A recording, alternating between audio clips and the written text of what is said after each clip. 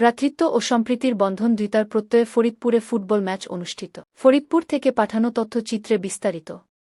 মানুষে মানুষে ভ্রাতৃত্ব ও সম্প্রীতির বন্ধন সুদৃঢ় করার প্রত্যয়ে ফরিদপুরে প্রত্যন্ত এলাকায় প্রীতি ফুটবল ম্যাচ অনুষ্ঠিত হয়েছে।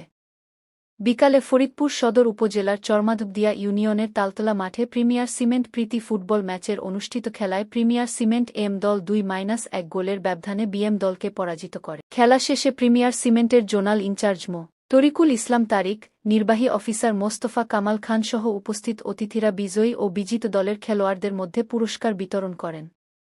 অতিথিরা মনে করেন, সুবিধা বঞ্চিত ও গ্রামের মানুষের বিনোদন উপভোগের সুযোগ কম।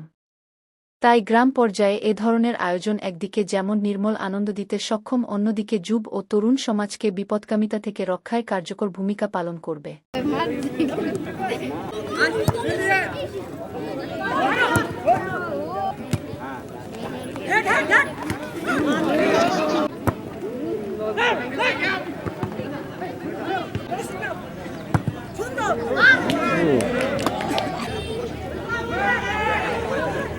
বুড়া বলি হবে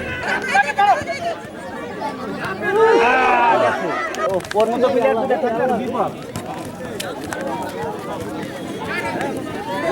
সুন্দর সুন্দর। হ্যাঁ